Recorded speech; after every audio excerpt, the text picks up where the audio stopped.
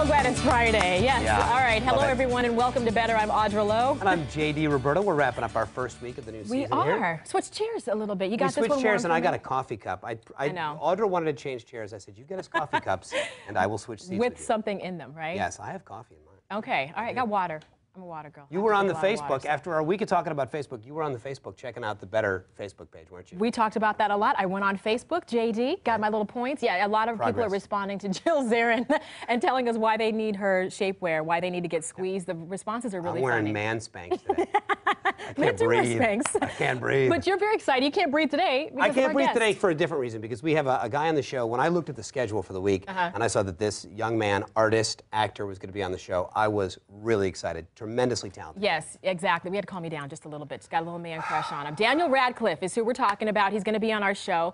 And, you know, he's been winning our hearts over since he was 11 years old. I was not doing anything at 11, but getting on my parents' nerves. Anyway, we're going to fast forward 10 years later, and things really haven't changed that much. No, they haven't. Here is a look at the indelible mark this actor has made on both stage and screen.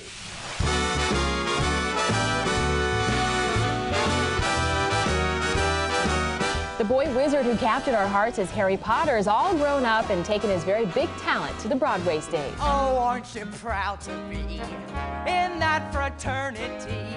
Daniel Radcliffe is electrifying in his role as J. Pierpont Finch, singing and dancing his way up the corporate ladder in the revival of How to Succeed in Business Without Really Trying.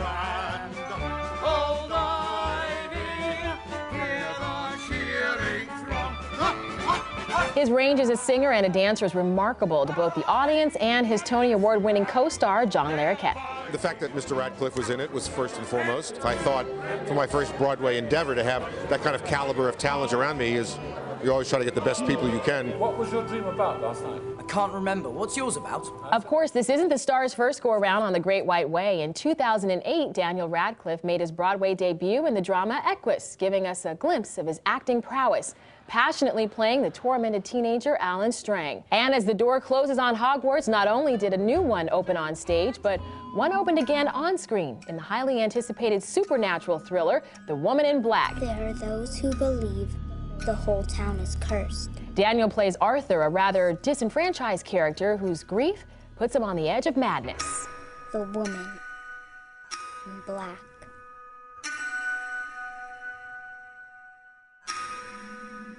And we are so excited. Daniel Radcliffe is in our studio today to talk about Broadway and his new movie coming out, which looks pretty fascinating. Really Good to have you here. Thanks very much for having me. Just walked in with a smile. I love it. I love your energy is just fantastic. Unlike this one over here. Oh, yeah, that's great. You know, I was thinking about this. Audra knows I've been really excited about this interview all week. This must be a really interesting time in your career as one phase of your career ends, and you really get to look out and go, okay, what do I want to do next? Yeah. What do I want to be next? I mean, for the next 2 years, we are absolutely in transition, and it's about finding as much diverse work inside that time as I possibly can, and to make as much of an impression outside of Harry Potter. And I think that can be achieved with people. I think people put a lot of pressure on the kind of, oh, they're only going to be seen as this forever.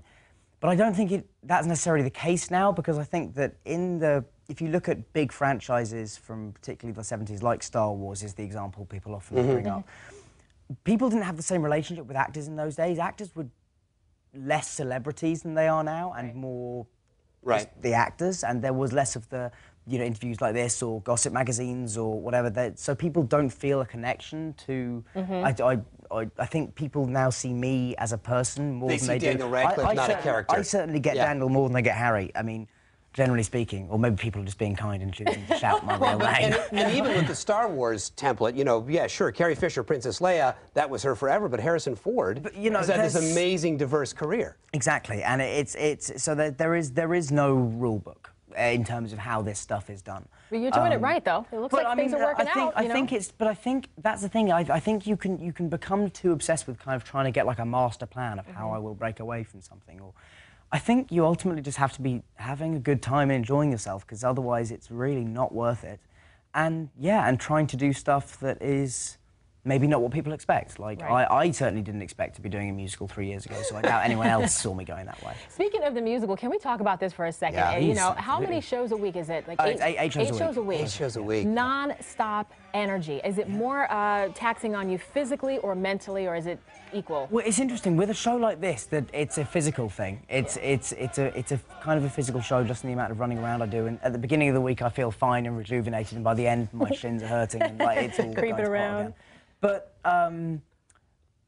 But with Equus, when I did Equus here, my other time on stage, that was a mental thing. I've now done this show for a lot longer than I did Equus on either run individually.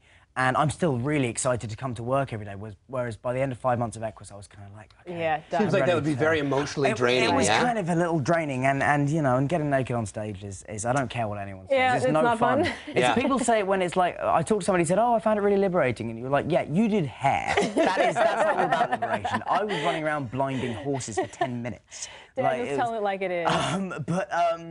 But yeah, so no, I mean, I'm having an amazing time. It is tiring. It is the hardest I have ever worked, but I love it, you know, and it's a great what I group of people. thought. When I left the show, I thought, first of all, I didn't expect you to be able to sing and dance as well as you Love it. can. Oh, That thank just you very wasn't how I much. thought of you. You were No, great not up at all, there. would you? But you were also, it was a rainy Tuesday night, and you were up there performing like it was opening night. Oh, like, good. I felt like you were sweating and having a great time, and by the time we finished, I was like, man, that guy loves to perform. Oh, well, good. No, I mean, I get a kick out, and it's also, I get a huge kick out of the people I get to perform with. You know, John Larroquette and Yeah. Michael You guys Park had and, something like, going on the night I saw it. There was something going on. There's always, like, John, particularly at the moment, is calling me different names. There's one point in the show where he goes, whoa, and he'll say either insert Charlie Brown Right. or... Yeah. He's normally been doing, like, kids' TV characters, and then last night he said, whoa there, Yojimbo, which is a Kurosawa samurai film, and... I don't know if he knew that I knew the film or we talked about it or something, but it really got me, and I just started laughing. So there's always stuff that like he'll throw in that occasionally kind of makes it Keeps a it bit fresh. odd. Yeah. Keeps it Speaking fresh. of John, though, he gave you some high praise. He said that you're the reason why he wanted to be involved in this project. How Which does is very that kind. feel? It's lovely, and John is somebody I have a huge amount of respect for as a person and as a performer. I've never seen somebody who can... He finds jokes in the most unexpected places and does stuff that in any other hand... I think John Larroquette has a real gift, which is that it's the same thing in a weird way that Pee Wee Herman has, which is that I'll be sitting there watching going, I don't know why I'm laughing at this, but it's really, really funny. And there isn't kind of... there's something uncontrolled and anarchic about John, which is really exciting to be around.